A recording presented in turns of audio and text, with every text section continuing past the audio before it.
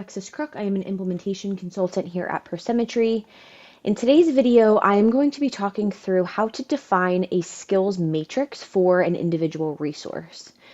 So resource skills can be tracked in Tempus and customized to your organizational needs. Within Tempus, you can define who can update resource skills. You can create those skills and customize them and categorize them as well. And then also use skills to assist with best resources for an assignment. In today's video, I'm just going to be showing how to actually apply the skills to your resources.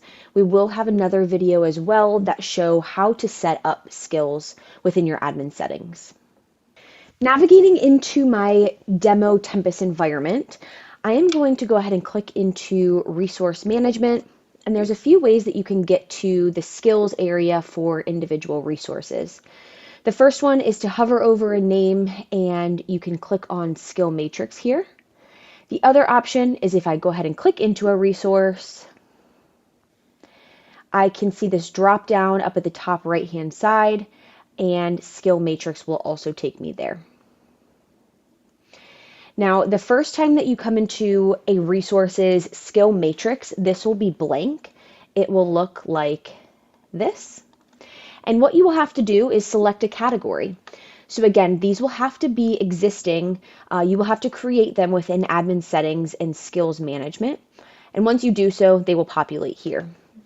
You can then apply whichever categories are the most relevant to this particular resource. So in this case, let's say that it is back-end programming languages. That category will then pull in all of those individual skills that are associated to that category for me to then fill out. You can click through these and adjust those skills as needed, and then go ahead and save that up at the top. There are different areas throughout Tempus that you can pull skills into as well.